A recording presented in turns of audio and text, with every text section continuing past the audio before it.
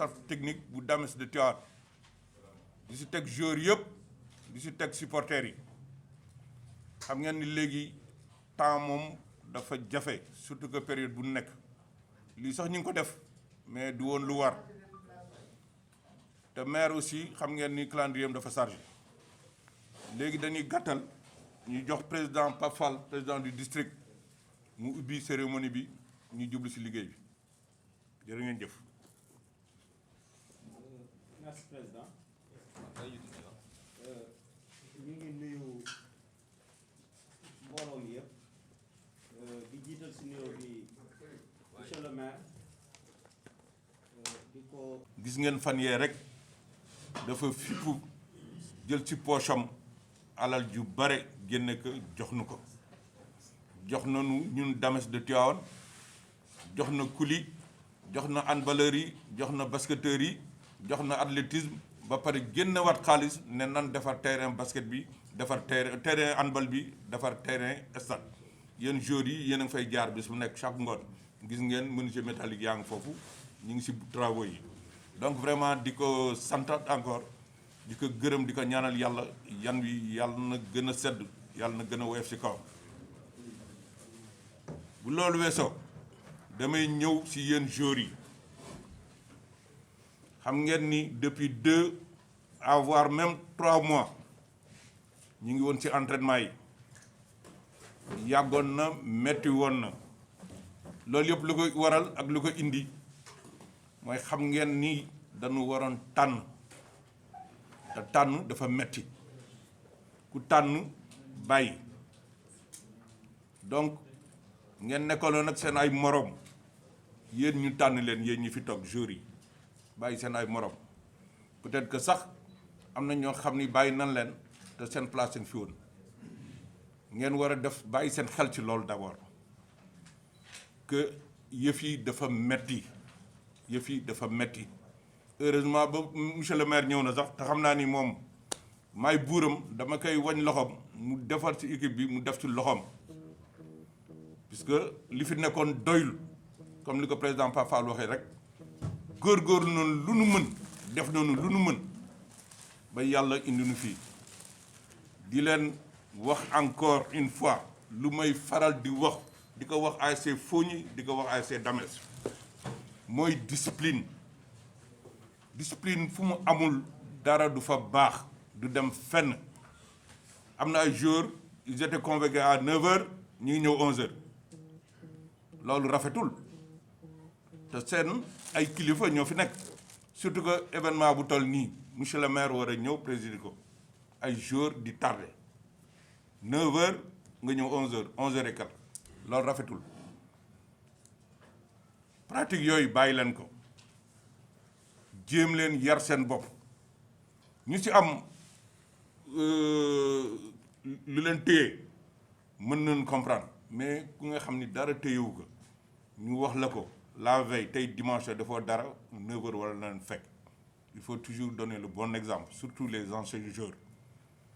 di leen féliciter encore lu ma yàgg di wax yëf yi metti na football boo xam ne amoo dara amoo ci dara di si gaañ sa bopp di serey sa bopp loolu metti na liggéey boo xam ne kenn du la fay metti na te da nga koy def par force metti na mais nag loolu la yàlla dogal xëy na mën nañ ci génn yàlla mën nañ ci génne di leen wax encore une fois daal équipe bi Tivaouane la papa yi kenn moomu ko woo nañu ñëpp mais nag si kaw discipline rek ku ñëw tamit fi nga war a yem rek nga yem fa ku nekk am na cër am na ay entraîneur am na ay secrétaire général am na ay technicien am na ay ku nekk daal fi nga war a nekk daal nga yem fa ñu ànd liggéey yàlla génn nañu si lii te li ko président Pape Fall waxee léegi ñun mën na si génn mais li ngeen di football seen ay morom footballuñ ko ñu football yi woon contre jàmbaar mais jàmbaar ku tuddi jàmbaar da nga naan Sénégal mais dem ngeen fa xaw a rey jàmbaar yeneen équipe yi ñu doon wax dem ngeen fa rey leen dellu si donc kii baa ngi fi mais góorgóorlu rek moo si des góorgóor gi yëpp nag mooy yaru leen ngeen ànd nekk benn ñun waroon nañu mën a toog suñu kër di lekk suñu wéccit mais ñu ngi si stade bi Mbaye Ndiaye ngi nii léegi timis fa la koy fekk timis man dama ko fay bàyyi léegi dem parce que ñoo doon ànd chaque fois timis ñu dem mais léegi gis naa ni timis sax fa la koy fekk loolu yëpp pour jàppale leen donc vraiment ngeen dolli seen xel xam ni seen ay mag seen ay nijaay seen ay waajur ñoo nekk seen gannaaw di leen jàppale. Monsieur le maire dama lay présenter bureau bi donc le doyen Mbaye Ndiaye inspecteur laa si jiital di si teg le président section football Idrissa Ndoye le secrétaire général Mbaye Donde le président Habib Diop Abdou Fall Maguette Diop Maodo Galle donc ak Djibi Boy ñoo ñooy bureau bi ñoo ŋànk Dames de Tivaouane depuis 5 ans ñoo si nekk di miira seen bopp di rey seen bopp pour que équipe bi dem kanam équipe bi nag sa équipe la su baaxee sa équipe la su bonee sa équipe la parce que tey jii yàlla bu ñu defoon ñu dem coupe du Sénégal bu ñu ko jëlee balay kenn di laal coupe bi yaa koy laal donc sa équipe la vraiment di la dalal di la ñaanal yàlla encore yàlla na la yan bi woyof li nga bëgg yaa ko xam yàlla na ko yàlla defal jërë ngeen jëf. léegi nag on va donner. bi ndax xam nañ ne emploi temps yi chargé na lool di si teg le président bu Damels de Tivaouane di si teg le staff technique di si teg les joueurs di si teg tous les supporters de l'ASC Damels de Tivaouane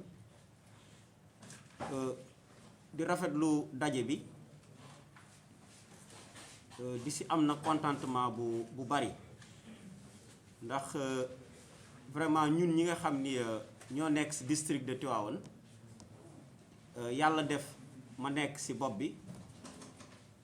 lii nii ñu gis tey vraiment dañuy motiver pour ñu gën a liggéey parce que bu ñuy wax man damay wax ni professionnalisme amul amateurisme amul c'est-à-dire nit ki moom mooy tànn li mu bëgg a doon choix bi si yow lay doon yow yaay nekk amateur ni man professionnalisme laay dund donc tey gis nañ ne Damels tey bu ñuy wax si Ligue 1 wala Ligue 2 bari na équipe yi nga xam ñu ngi Ligue 1 Ligue 2 amuñu li ngeen am tey jii donc lii nag moo ñuy motiver ñun si suñuy engagement ba suñu liggéey ñuy gën a sawar instant bu nekk vraiment dañuy sant rek ñi nga xam ni tamit ñoom ñoo si jàpp ba lii mën a am di si jiital monsieur le maire ak sponsor yi nekk si ginnaaw yëpp ñu ngi leen di remercier di ñaan aussi que footballu Tivaouane ñun waroon nañu weesu fii bu yàgg Tivaouane booy xool talent yaa ngi fi du ñu tudd fenn si Sénégal te du ñu tudd doomu Tivaouane si génération bu nekk am na xëy na nag yàlla moo deful ba ñooñu yegg fa ñu war a yegg xëy na par manque de moyens wala boo xëy na leneen ak leneen mais nag li ñu mën a wax mooy lii ñu gis dal na xel ndax je crois bien que bu ñu jàppee nii bu ñu ko commencé nii tey fu ñuy dégg doomu beneen dëkk sur le plan sport en particulier le football ñun war nañ fa mën a yegg ndax Tivaouane kenn mënta lim te doo ko limaale ñuy ñaan rek monsieur le maire comme yàlla def na xëy na ñu ngi doog a daje ni toog maas doon nañu toog ñu koy ñaan rek mu gën a jàppale suñu équipe yi parce que tamit moyen rek ñu dese bu ñu amee moyen rek dañuy dem te division bii ngeen nekk muy national 2 dafa am secret bu si nekk national 2 boo si ay année la rek c'est-à-dire 1 année 2 année 3 ans boo si nekkee rek boo deful ndànk fa ngay des mais dafa doon division ba nga xam ni pour nga atteindre national 1 dafa yomb ça suffit que nga am les moyens rek da ngay dem national 1 te souvent national 1 noonu la Ligue 2 Ligue 1 donc amul taxaw donc yàlla def na Thiès yéen xam ngeen yéen a compétir ci division régionale xam ngeen ni mu mel dafa métti xoolal dans la région ñaata équipe la ñu am plus de 50 et quelques équipes ñuy wax ni benn équipe mooy yéeg national 2 région bi yëpp yàlla def daaw ngeen dem année bi ngeen bi yéeg dem ngeen ba sa final ba yàlla def dogalu ko deuxième année ba ngeen ñëw maintenir rythme bi ba yàlla def ngeen yéeg dem national 2 donc nag coono bi ngeen daj division régionale wax moitié bi rek bu ngeen ko dajee si national 2 da ngeen di dem national 1 mais nag lii dal na xel vraiment daal damay ñaan yàlla mi nga xam ni dara tëwu ko yàlla nañu yàlla jàppale ba sumb bii ñu commencé yàlla def si réussir si barke yonent bi monsieur le maire di la ko remercier bu baax a baax merci beaucoup. merci bien président. waaw damay dellu rek di jëlaat parole di dalalaat monsieur le maire di ko remercier di ko encourager ci liggéeyam vraiment mi ngi def lu mu mën ndar nag xëy sotti te benn nit tamit mënul lépp. ñu ngi lay nuyu di la ziar di la tatagal di am mbégte bu baax a baax ci confiance bi nga am ba ñu woote nga mën ñoo wuyu si di nuyu ñi nga xam ne yaa ngi ànd ak ñoom di sa staff technique ak sa directeur de cabinet say conseil technique ñoom ñëpp ñu ngi leen di nuyu ak le conseil municipal bi nga àndal di nuyu le président Ins le président de l'équipe de Dames de Tivaouane di ko ziar di ko jox wàccuwaayam di ko sant di ko gërëm di nuyu le président du district nga xam ne tey département bi moom football bi fi nekk moom la ko yàlla teg ci loxoom ñun ñëpp mu bokk ñu yilif ñu ànd ak moom ci liggéey bi ci wàllu sport Tivaouane di Pape Fall mu toog nii ci sa wet di nuyu l'ensemble du bureau de Dames de Tivaouane di nuyu Babacar Ndiaye mii toog di suñu kilifa di suñu mag dinañu ñëw ci moom tuuti ci kanam bu ñu tàmmalee waaye di nuyu joueurs yi di leen jox seen wàccuwaay ndax tey ñoo waral woote bi ñu ngi leen di nuyu waaye aussi di nuyu les anciens footballeurs de Tivaouane ñu ngi fi ci biir salle bi ndax bu ñu leen limee dinañ leen romb waaye defe naan fee sa gannaaw ñoom ñëpp fa toog kenn ku si ne tu as bâti cause et âme pour que équipe bi fii mu toll tey ba ñun ñu mën ko téye xeex nañu ba téye ko ba ñun ñu ñëw téye ko topp ci seen gannaaw di leen nuyu dina jox seen wàccuwaay ñoom ñëpp ña nga ne le mënoon naa leen a lim waaye defe naa ne Cekkaan a ngi fii commando ngi fii Pape Thiam a ngi fii maanaam du grand Doudou ngi fi bu Fooñi ah Cheikh Sène a ngi fii franchement parler monsieur le maire bu ñu leen limee danañu romb waaye di nuyu tamit la presse Momar Gueye premier supporter mu ngi nele ci gannaaw di nuyu la presse bu baax a baax jërëjëf merci beaucoup di nuyu la presse bu baax a baax aussi di nuyu supporters yi nga xam ne dañuy bàyyi seen lépp su ma cité Abdou Xoll dana yóbbaale ñëpp chaque jour chaque soir dana ñëw ci stade bi accompagner ñu ànd ak yar ak teggin pour que équipe bi mën a yegg fi mu àgg waaye aussi tamit di remercier monsieur le maire kenn di Ngañ Wan defe naa ne ñun ñëpp war nañ ko remercier ñun ñëpp war nañ ko remercier parce que at mu jot dina def tenue de loisir plus de 35 li ñu soxla ci effectif defar ko floqué ko indi ko jox ko le bureau pour ñu jox ko joueurs yi def na ko daaw def ko ren kon boo toogee ñu wax la ko parce que tey lu mën a xew tamit tu es le responsable de l'équipe équipe bi Dames de Tivaouane la te Dames de Tivaouane le premier magistrat de la ville moom la ñu war a jiital ci lépp moo tax tey lii ñu jël ko delloowaat la ko danañuy dox nag di dem waaye ay nit lañu te dañuy xalaat dara condition nañu nag lu dul sport bi que mu avancé jóge fi mu nekk dem à l'avant moo tax ñu jël lii jagleel la ko tey def ko parce que bu ñu ko doon def 1000 fois tamit yow lañ koy jagleel ndax tu es le maire de la commune nga xam loolu ñu remercier la ci bu baax a baax en passage yàlla dogal nag équipe bi am na nu mu tëddee le bureau est là le secrétaire est là président wax na ko léegi tudd na leen ñoom ñëpp waaye man la yàlla dogal maay président section football ci kàttanu yàlla ak mbaaxam man la ko yàlla jagleel durant bi ma fiy nekk ba keroog muy jeex keneen di ñëw waaye en particulier je remercie Djibi Boy mon adjoint parce que des fois ma absenté mais day taxaw di combattre di xeex lépp ak déggoo ak man ñun nag sañu ñu décider dara tant que delluwaatuñu ci bureau bi bu boobaa ñoom ñooy valider le président Ins joxe ay directives am ñu ànd ak moom ci liggéey bi monsieur le maire ñu di la wax ne équipe bi wax ji bari na waaye tey dinaa la leeral parce que Tivaouane dafa am lu ñu tëddee équipe bi am na xaalis dañu koy lekk amu fi équipe baa ngi nii mësuñu koo forfait mësta ñànk regroupement deuxième force que zalika ni ki noonu joueurs yi quel que soit alpha seen prime de match dinañ battre cause et âme pour jox leen seen prime de match loolu bonne volonté yi na si Tivaouane di doomu Tivaouane dinañu si jàppale yow di nga si jàpp ñun dinañu cotiser pour def si équipe bi pour équipe bi mën a avancer de l'avant pour nga xam loolu fii loo fi indi dañ koy delloowaat joueurs yi waaye yàlla dafa nañu sutura nag lépp lu ñuy wax tamit ak ku ñu mën a seqal danañ la wax dëgg ji nga xam ne moo fi ne tam ñu ànd ak yow si dëgg di la wax ne équipe bi am na ñaari invité yu ñëw le coach su mu ngi fi mais am na ñaari doomi Casamance yu jógee Casamance ñëw teguñu benn charge équipe bi lu dul ñëw jàppale Tivaouane ñu ngi fi ñëw nañu muy Malang Samb ak Abdoulaye Cissé pour jàppale Damels de Tivaouane pour que fi mu nekk nii mu jóge fi dem à l'avant yàlla dogal na nag bi ñu waxtaanee en tant que président section football staff technique bi mu ngi fi coordonnateur technique yi wax nañ ko léegi président wax na ko léegi bi ñu waxtaanee ba déggoo ba waxtaan si wàllu ñi nga xam ne ñoo war a jàppale équipe bi pour que liggéeyam mën a baax tax équipe bi dafa am nañu si natt mooy que ne mu monter en national 1 si la ñu waxtaan jël Mansour Aydara def ko directeur technique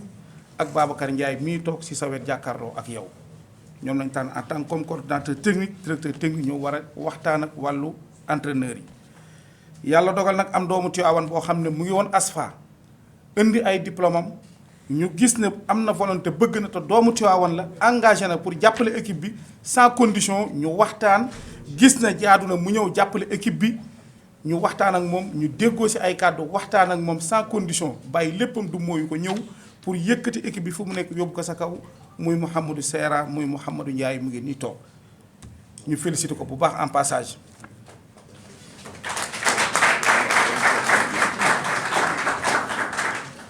ñu jël Abdou Karim Seck ku ne xam na ko si Tivaouane gardien de but la ñu jël ko toftal ko si wetam en même temps mu xarañ si wàllu gardien yi pour jàppale leen pour que seen niveau mën a yokku mu nekk adjoint moom tamit ñu sant ko gërëm ko parce que bari na lu mu bàyyi taawam bàyyi léppam ñëw uniquement pour jàppale Damels de Tivaouane mu jóge fu mu nekk dem sa kanam ñu jóge fa équipe bi am na petite catégorie bi ki leen yor muy Khalifa Ababacar Lo mu ngi nii toog moom ak Omar Gueye bu ñàndaxum Dani moo dëkk Diallo ñu di ko wax Dani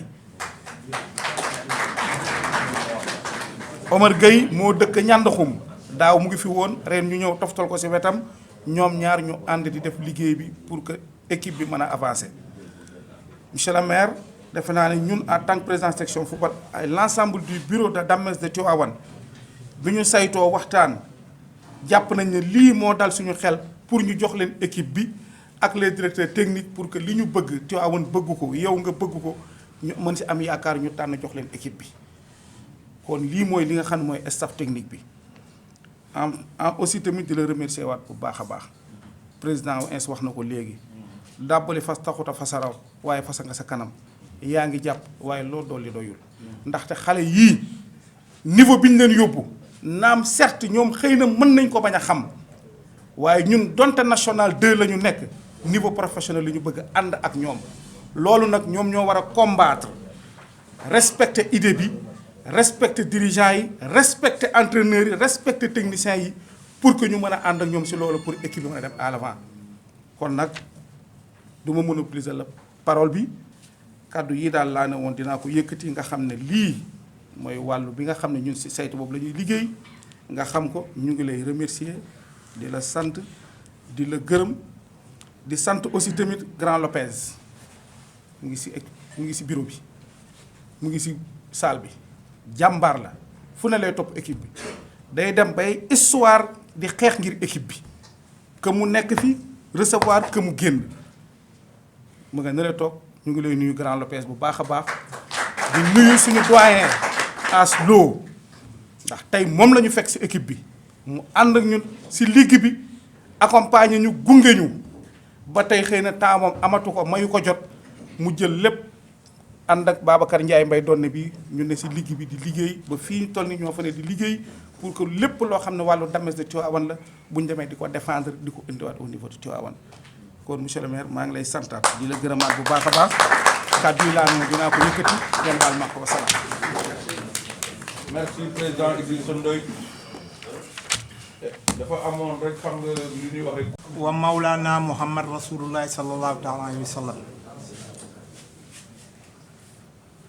Monsieur le maire de la commune de Tivaouane, le président du district de football de Tivaouane, Monsieur le président des Damel de Tivaouane, Monsieur le président de la Zoukra des arbitres de Tivaouane, Messieurs les anciens sportifs, Messieurs de la presse, honorables invités, je voudrais tout simplement saisir cette occasion pour remercier le premier magistrat de la ville de Tivaouane, M. Diagne Sy Mbengue, pour sa présence malgré ses multiples charges.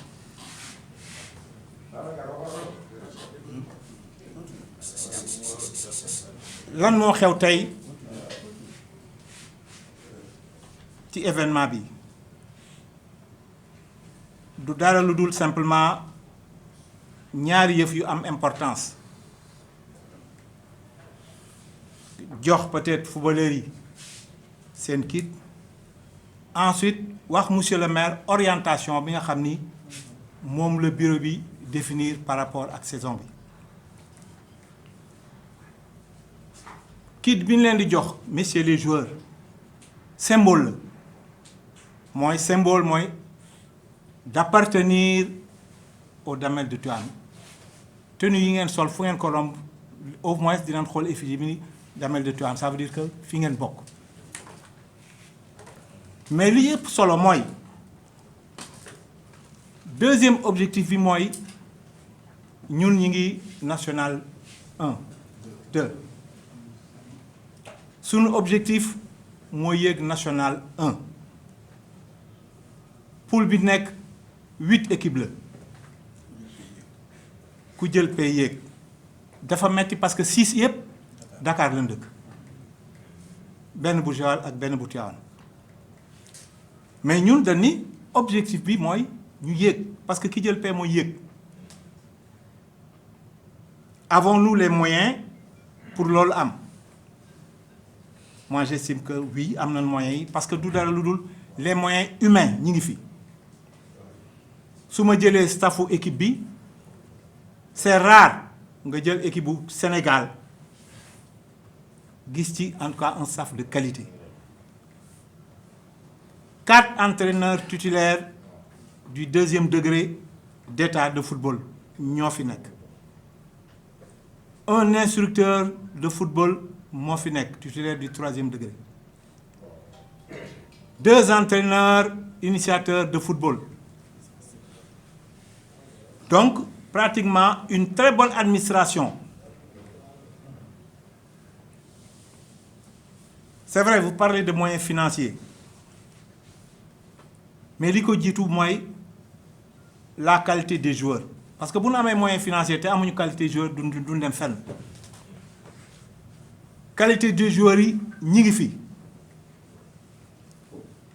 talent bi ak volonté bi doyatul ci football bi il faut nga yokk ci ambition ak responsabilité moo tax ñu yaakaar ni suñu conjuguer nos forces à l'aune de votre constant soutien monsieur le maire nul doute que nous allons déplacer les montagnes moo tax ma ni yéen joueurs yi yéen laay sas am ngeen du pain sur la planche ce n'est pas donné ngeen ni ak li ñu leen defal yëpp ngeen ni dañuy ñëw rek peut-être haut la main ngeen décrocher la timbale non non non il faut que d'abord ngeen accepter sacrifier wu il faut que d'abord ngeen accepter se battre aux entraînements dans le bon sens il faut que ngeen accepter xam ni am ñoo xam ni peut-être choisir nu leen ils sont restés en rade vous n'êtes pas les meilleurs au niveau du Tivaouane mais un choix bu xasee am rek il faut nga am lu ñooy fàtte nous sommes des humains mais ma wax leen ni rek ngeen góorgóorlu ñu jàppale leen ngeen def équipe bi un tremplin pour seeti feneen duñu leen retenir ba seen carrière jeex ngeen di romb fu ngeen romb di ñaanaatu lu ngeen jëndee warga ak suukar dina leen tànn dina leen tàggat ba nga xam ni au moins di ngeen def ce club un tremplin pour dem feneen mais ñun li ñu bëgg mooy équipe bi monsieur le maire ñu wut une lucarne ouverte pour l'accession en division 1 wala division 2 professionnelle loolu mooy suñu mébét te bu boobaa dina régler une grande partie ci affaire emploi des jeunes parce que bu boobaa bu ñu yéegee en Ligue 1 wala Ligue 2 mais forcément cahier de charge de fédération mooy forcément di ngeen am un groupe de performance de 25 yoo xam ne da ngeen di fay régulièrement sans compter ñi des ci gannaaw les techniciens ñu war leen rémunérer ñi restaurer équipe bi ñi proposer linge yeeg yëpp donc c'est des effets induits qui feront que de sorte que ni en tout cas monsieur le maire dinañ dugal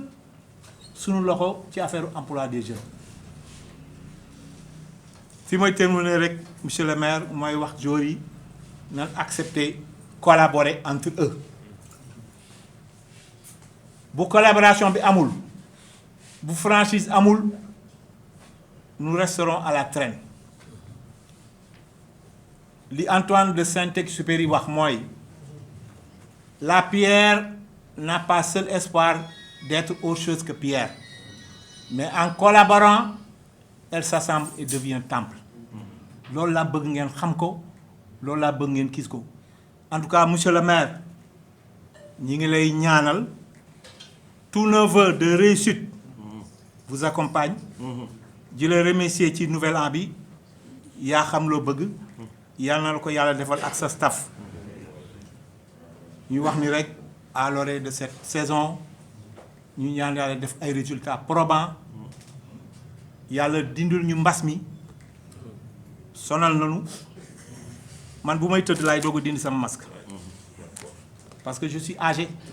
je ne suis pas vieux mais je suis âgé. C'est Mansour qui est vieux. donc loolu daal yal na nu yàlla dolli jàppale. véritablement yàlla jàppale ñu jàppale sa staff ba nga xam ni léegi ñun en tout cas man de le minimum laay xaar ci yow li ci des yëpp ñun ñoo ko war a régler de ñun ñoo ko war a régler bu nu doon joor ak volonté am yëpp tout l'or du monde te jàppalewu leen seen bopp jàppalewu leen techniciens yi duñ dem fenn loolu laa amoon ci gàttal lu ma leen wax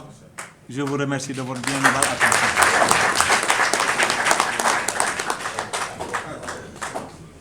jërë ngeen jëf jërëjëf inspecteur Babacar Mbaye Ndiaye. parce que toujours comme li may wax rek ci lu jëm ci Tivaouane c'est sama wax ci lu jëm ci Damels toujours benn wax la mooy que ni man toujours dama naan ñi nekk autour du Damels ils ont du mérite parce que comme li may wax rek équipe bi ñun biñ ciy nekk boobu dañ daan dóor bal bi di ko dàq di dem ba yegg presque Njaasaan pour jàpp bal bi indi ko donc loolu bu demee ba mu am changement tey ñu dem ba Damels nekk loo xam ni damay gis ni c'est trop professionnel damay kontaan c'est vraiment man xam nga man samay wax amul protocole dama doon wax ni bu ñu joxee parole sax bala ñuy jox monsieur le maire bu ñu ma joxul damay wax parce que noonu man damay wax li may xalaat tey ku mel ni Mbaye Ndiaye li mu wax at ni mu waxee dama koo xam pour ñi xamul Mbaye li ko indi Tivaouane mooy bi Damels yéegee première division la ñu ñaan ministre ba ni ko affecteel ñu ko Tivaouane loolu moo indi Mbaye Tivaouane mu nekk benn comme li ins wax benn tour pour Damels Mbaye mooy Damels vraiment man dama ciy kontaan may remercier dirigeants yi comme ni ñu koy waxee di remercier anciens joueurs yi di remercier ñëpp mais damay wax kilifa dëkk bi muy monsieur le maire c'est une occasion à saisir pour nga xam ni yow amul ku la gën a nekk doomu Tivaouane. C'est une occasion pour nga renouer ak sa jeunesse nga xam ni la jeunesse tivaouanoise yow yaay seen reflet monsieur le maire ku la xam man de xam naa la ba nga nekkee xale ñuy ànd amul benn jikko damay werante fu nekk monsieur le maire ma ni leen amul ku ko gën a yaru monsieur le maire lu ñu indi ci qualité am nga ko moo tax man damay bëgg yow nga déterminé wu à Tivaouane wan leen ni leen Tivaouane man maa koy yóbbu fa mu bëgg ñu yegg fa man loolu mooy sama suye mooy sama contenté loolu laa bëgg a gis ci yow loolu laa bëgg a xam ci yow donc franchement tey bu ñu la indee ci lu mel nii da nga war a commencer won jeunesse tivaouanoise que ni je suis à votre service je suis pour vous pour Tivaouane dem ci kanam man loolu laay ñaan yàlla mooy sama mbégte beneen bi toujours man doléance dama koy wax maire dama bëgg stade Tivaouane bi ñu wutal ko directeur des stades parce que li ñuy wax ci suuf ak di ngun-nguneeg di wax ak yépp stade bi il faut mu am kilifa boo xam ni daf fay am bureau di ko gérer di xool li fay dugg di xool li fay nekk c'est ma damay bañ wax la benn directive ni la bu ma sañoon kii la après peut-être du ko nekk ñu ni peut-être la ñu wax loolu dama koy garder c'est dinaa la ko wax mais stade bi il faut mu am directeur bu gérer stade bi def li muy war a def man nag joueurs yi dama leen di remercier di leen féliciter comme li Mbaye Ndiaye wax li Mbaye wax moom ci côté sport man awma dara lu ma ciy teg dara waaw franchement di kontaan di ñaan yàlla suñu équipe bi dem ba yéeg première division mu fekk fi ñépp ci darajay Mohamed sallallahu alayhi wa sallam di remercier président vraiment moom it il a du mérite man bu ma doon wax du mérite ñépp laay lim ku ma limul rek Nel Lopez wax na la parce que entraînement ngi fi ñu ngi ko fay wax di la remercier monsieur le maire di remercier sa staff di remercier ñépp bépp doomu Tivaouane boo xam ni yaa ngi ci dëkk bi Tivaouane yaa ko moom Tivaouane sa dëkk la Tivaouane fu mu jëm ci kanam sa titre la ngeen baal ma wa salaam. voilà jërëjëf Lopez ku nga xam ko ci sport xam ko ci domaine de Tivaouane. le maire comme ni ko nit ñi defee ci présence am parce que moom moo ko moom la fi yàlla teg il faut que aussi ñu nangu ko moo tax bu amee aussi dañ ko koy jox pour vous dire monsieur le maire que ni ñeneen autorités yi fi nekk yëpp ils ont reçu leur invitation loolu aussi baax na ñu wax ko pour continuer di wax ni saison bi ñuy jouer ren dafa nekk ab saison boo xam ne c'est exceptionnel parce que saison boo xamante ne bii ci mbas mi lañ nekk mu am ay mesures yoo xamante ne bii la fédération daf koo jël ci contexte bi ñu nekk par rapport au stade gis nañ depuis bañ la waxee réflexion yi ñu ngi ko commencé di ko defar depuis avant-hier ci loolu aussi ñu ngi la ci remercier di la ci sant parce que la fédération pour cette année daf ñu match yëpp à huis clos lañ koy jouer te stade ba na meloon bu ñu ko bàyyi woon noonu kenn mënu la jouer à huis clos mooy lan stade bi ñun ñi nga xam ne ñooy recevoir 30 personnes lañ ñu may pour ñu dugal ko plus 15 organisateurs équipe bi nga xam ne mooy l'équipe visiteuse buy ñëw 30 personnes lay dugg li ci des yëpp ay ASP ak ay police ñoom ñoo koy encadrer soo xoolee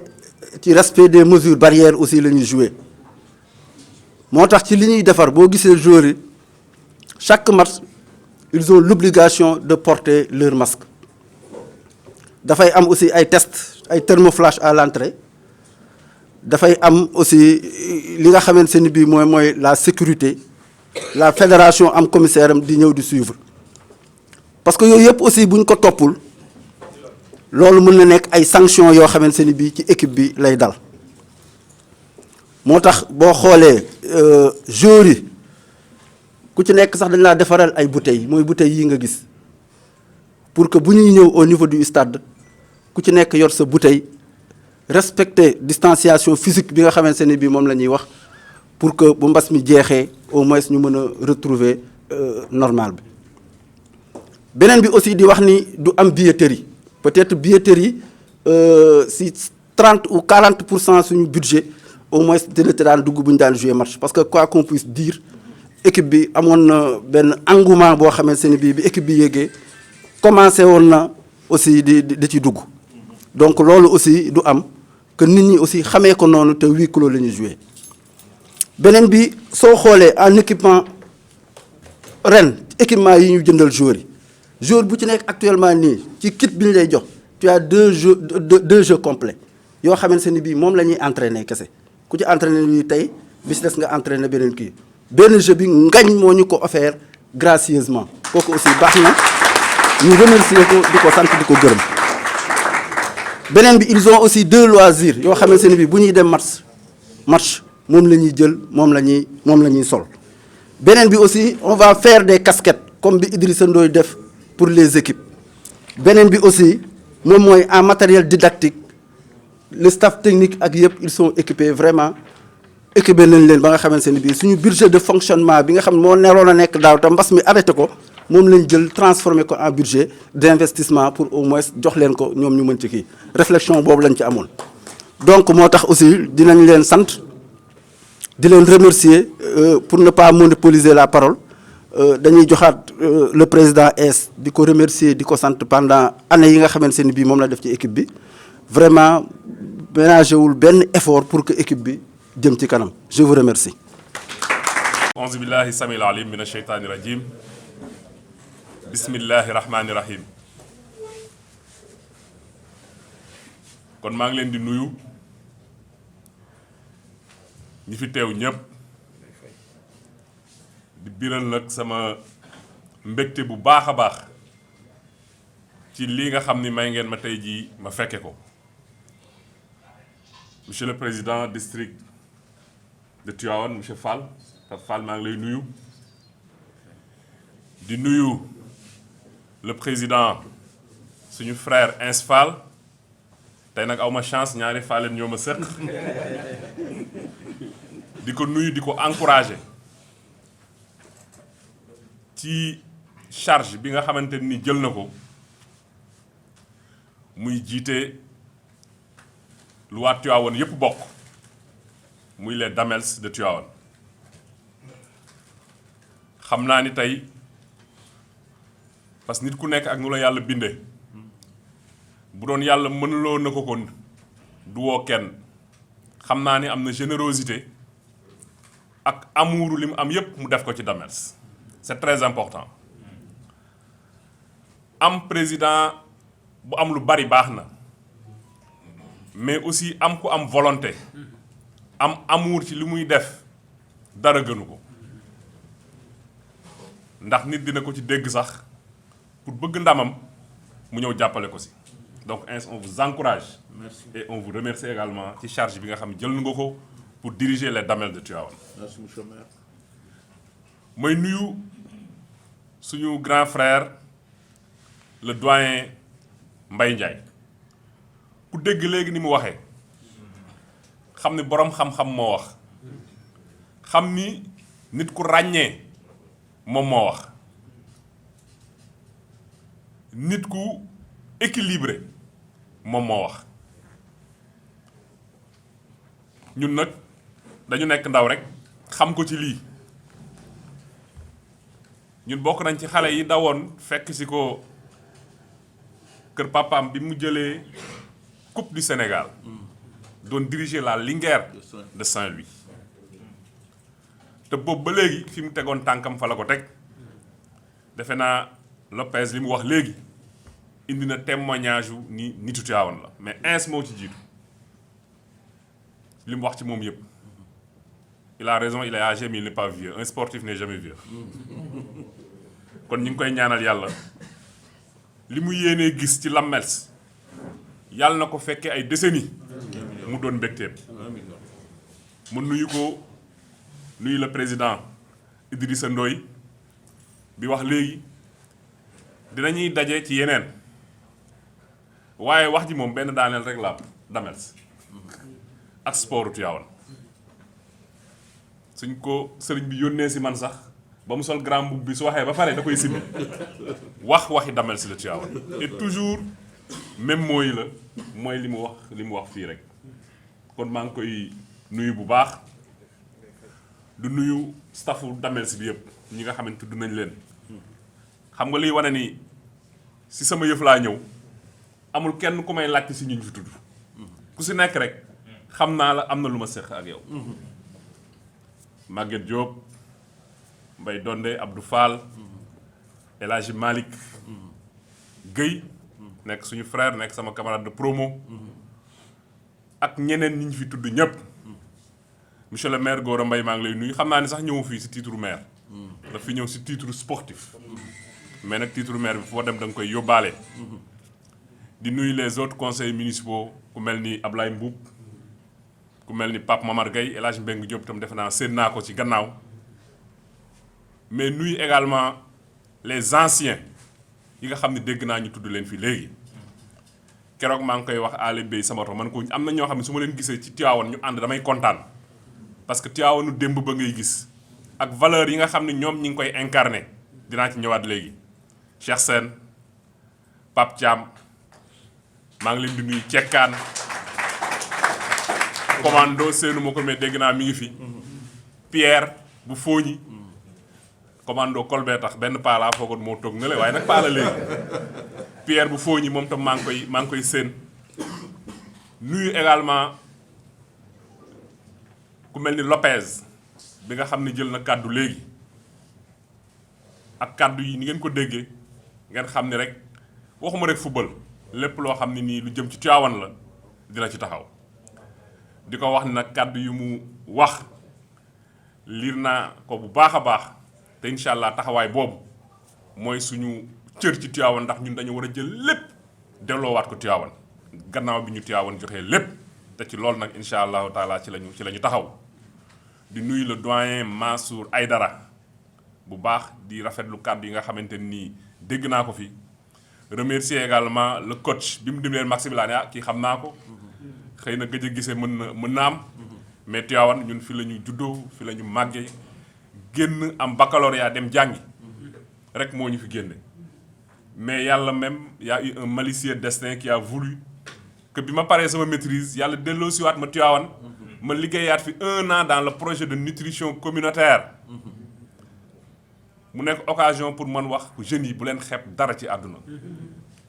lépp loo xam ne téye nga ko def si jom yàlla mën na la ci defar sutura PNC bi ma ciy liggéey j'avais pas 100 000 francs par mois mais topp ndigalu waajur mu ne ma dëgg la nee nga da nga bëgg a defi 3e cycle mais comme yow yaa toog sa kër ñuy fekk si la ni la dañ la soxla te li ngay def waa Tivaouane nga ko jëmee jàpp ci j'aime toujours rappeler que ni tey xëy na sax footballeur yi am na ci maa daan jël xale yi di leen peese di leen toggal ruy surtout ñi sant Fall di suivre les mamans dans leur maison ndax xale yi ñi ngi ñàkku ndax xale yi ndax ñi ngi def seen visite prénatale et je suis fier fu ma toog loolu ma fàttali ko pour l'acte mais surtout par le fait que je le faisais à Tivaouane man lépp lu may def ci Tivaouane rek lu ma ciy kontaan dama ciy bëgg doyen Aslo yow tam ñu ngi lay nuyu Tivaouane dafa am ay icône ñoo xam ne foo leen séene sport ngay xalaat ñooñu nag ñi si ëpp tey jii ñu ngi ci salle bi biñ ci dollee ñeneen ñi ku mel ni Lamine Ndiaye Kirios ku mel ni Magor Ndiaye ku mel ni Ablaye Diouf c'est des gens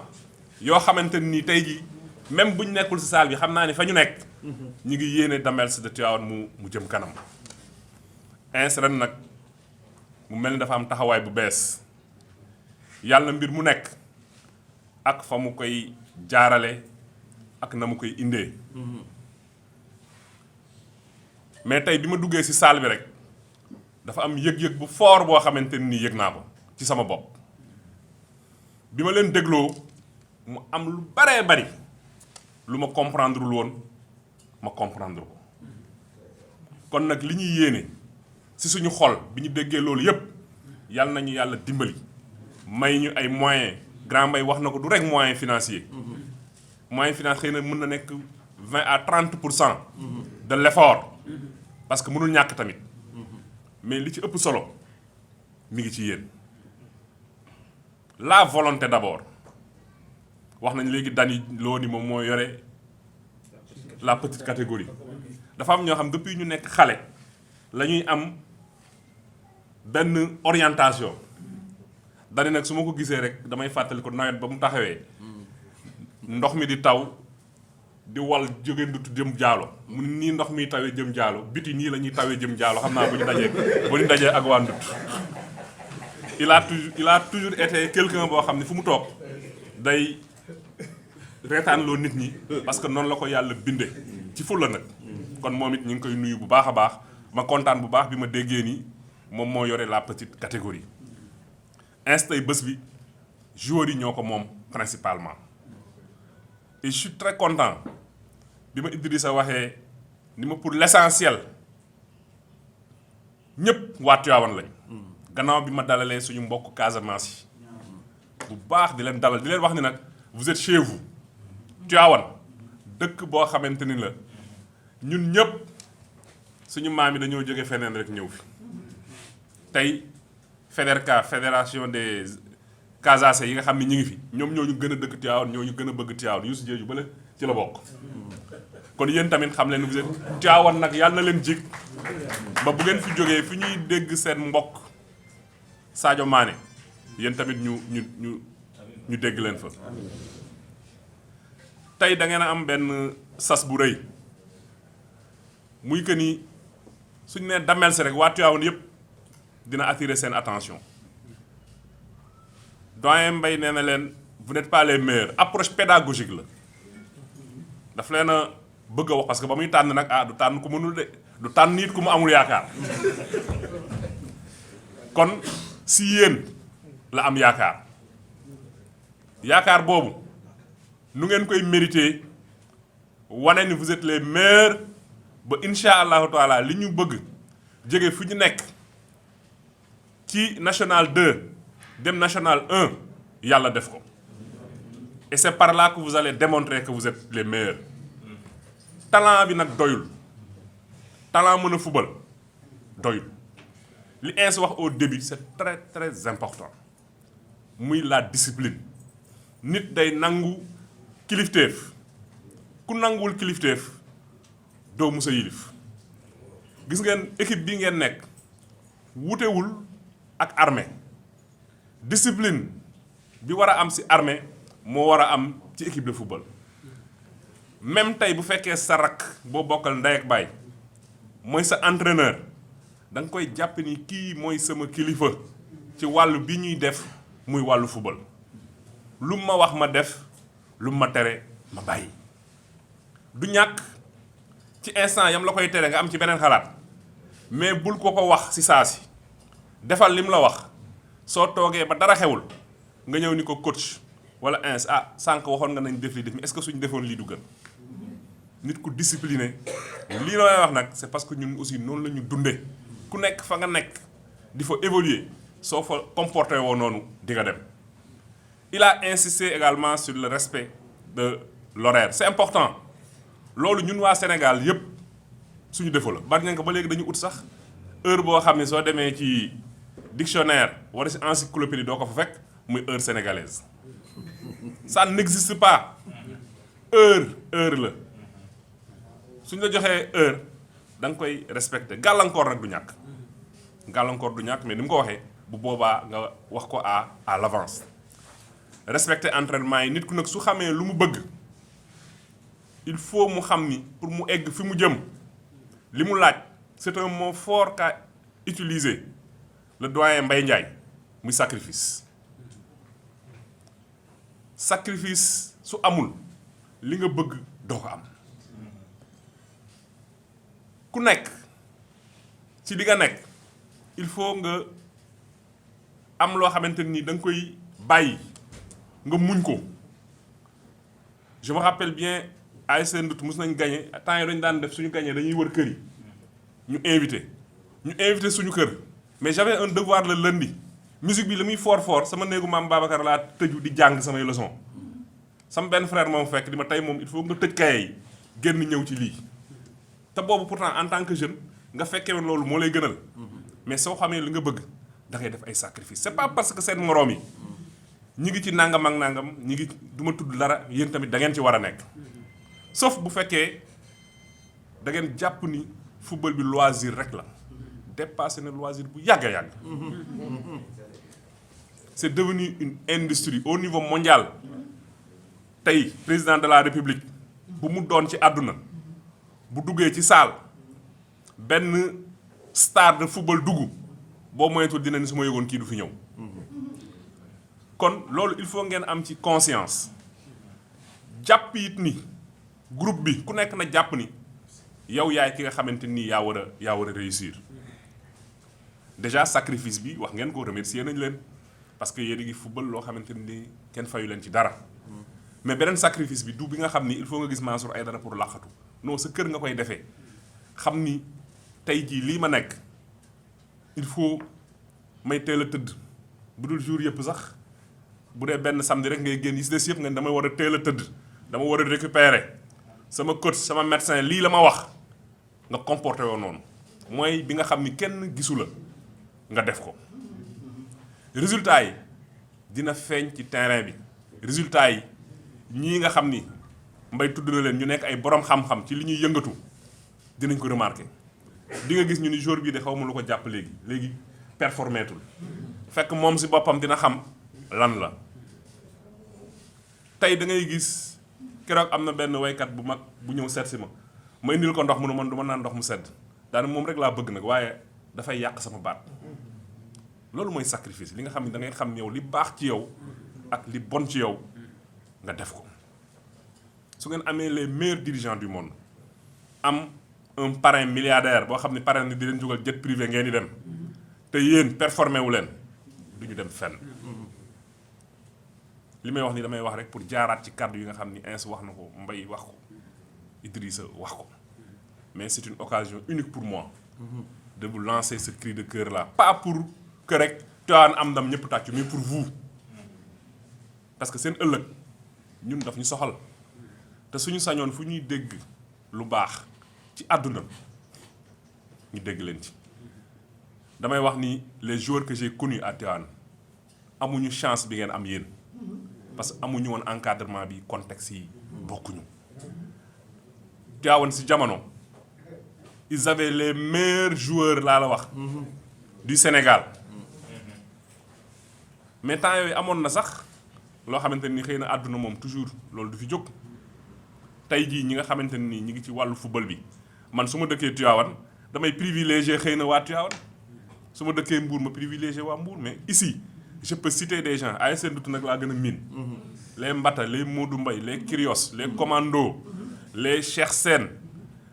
les Cekaan bien que ni moom nag ku daan dugg si terrain moom booy bëgg ay protège tibia yu baax a baax mais c'est des gens yoo xamante ni nii li ñu def ci football soo leen gisee ngay seetaan football bi ñu doon football ñoom ak football bi ngay football tey nga xam ni ñii ñu mënoon a dem fu sori lañ mais ku nekk ak lu la yàlla wërsëgale tey yéen la yàlla wërsëgale ñooñu ma leen di wax bu ñu daan football nawetaan muy Ndut muy feneen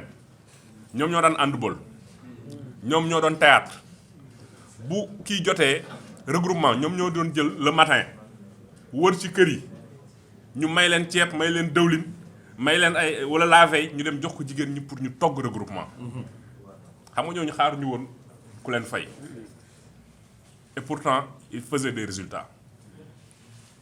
li yëpp nag c'est pas pour nous dédouaner pour dire que ni yéen rek yéen a war a taxaw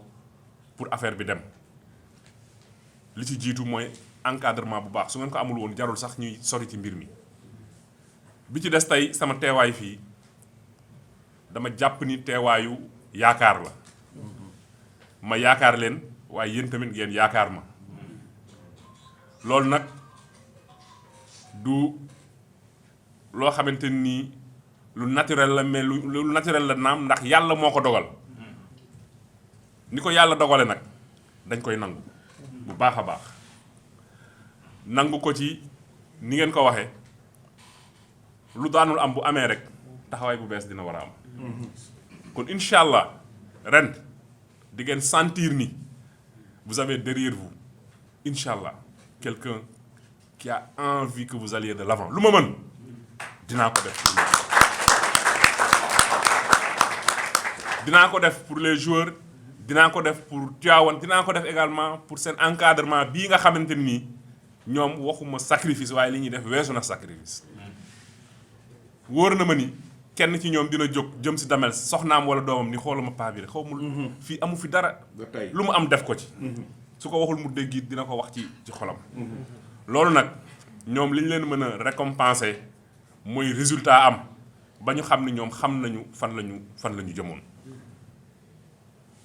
wax nañ ko fi ngeen jóge moo gën a metti ni ko monsieur Fall waxee fii it yombul ndax 6 équipe bu Dakar ngeen am amaat beneen équipe boo xamante ni ci région de Thiès la bokk muy Joal wante nag olof yi nee nañ suuf bu sutantee rek du fekk na dañ ko jàll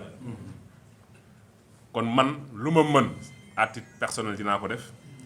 lu municipalité bi mën dinañ ko def mais aussi maa ngi woo doomu Tivaouane yépp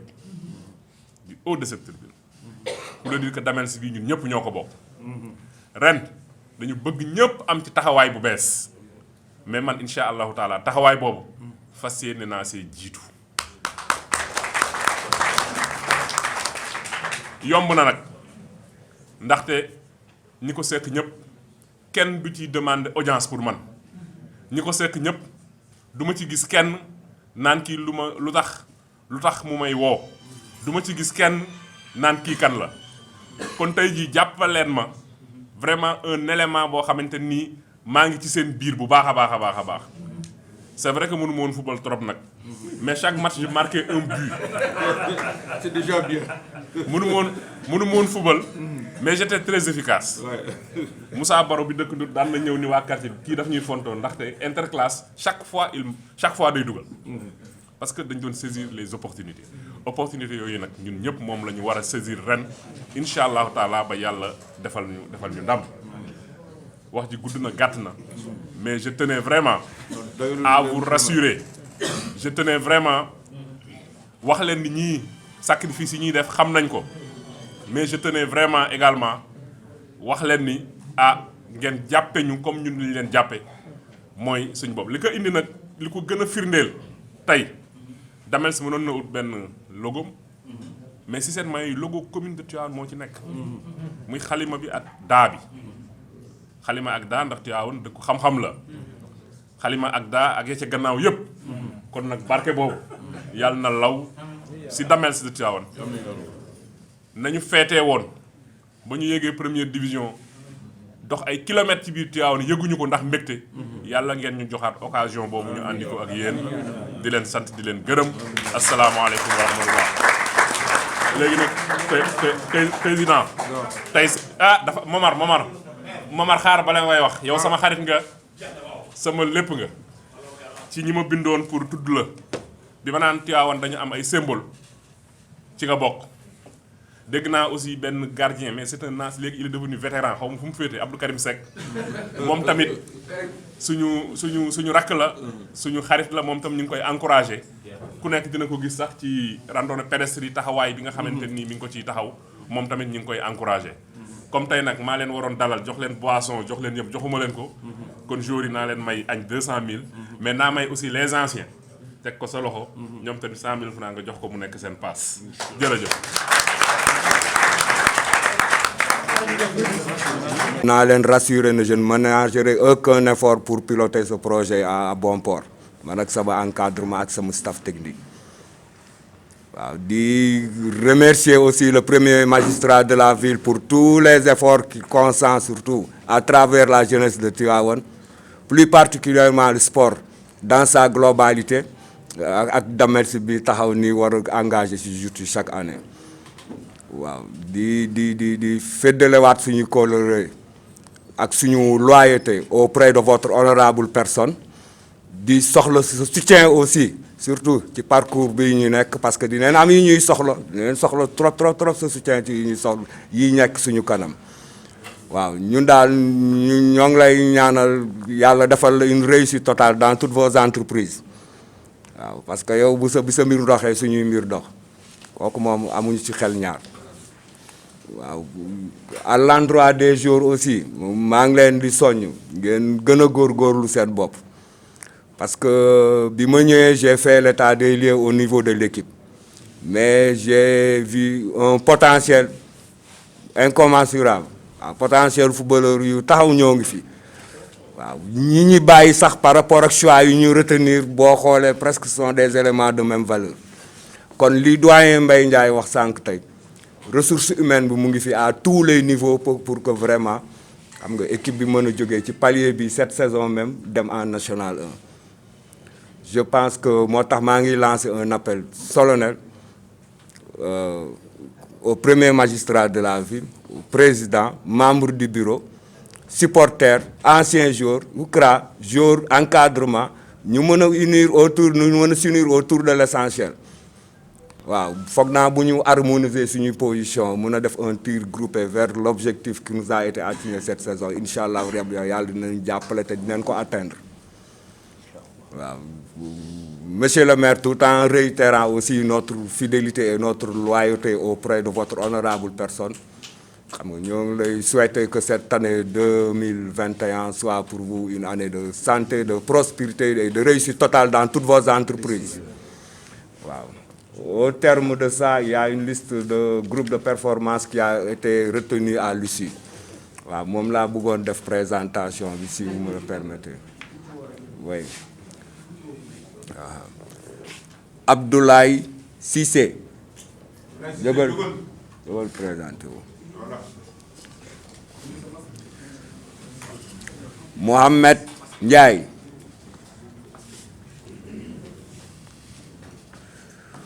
les gardiens de but. Oui. Mohamed Lamine Mané. Voilà. Abdoulaye Diarra. Abdoulaye Ndiaye. Malan Sambou. Modou Samb. Serigne Fall.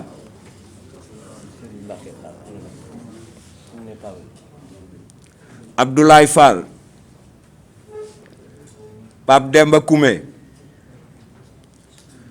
Ahmed Ndour. Doudou Ndiaye. Malik Kanté. Pape Mor Samb.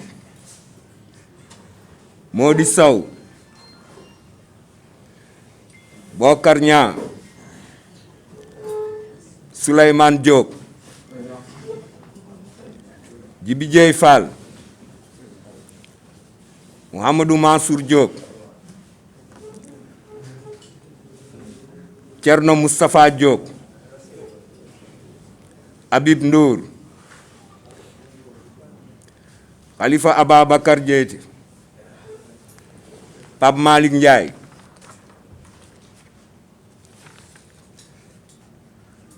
Serigne Ababakar Sy. Wan. Cheikh Sène. El Hadj Diouf. Souleymane Ba. Khalifa Ababakar Ndiaye. El Hadj Yérim Ndiaye Bay. Bekay Mbodj. Demba Diop Fall.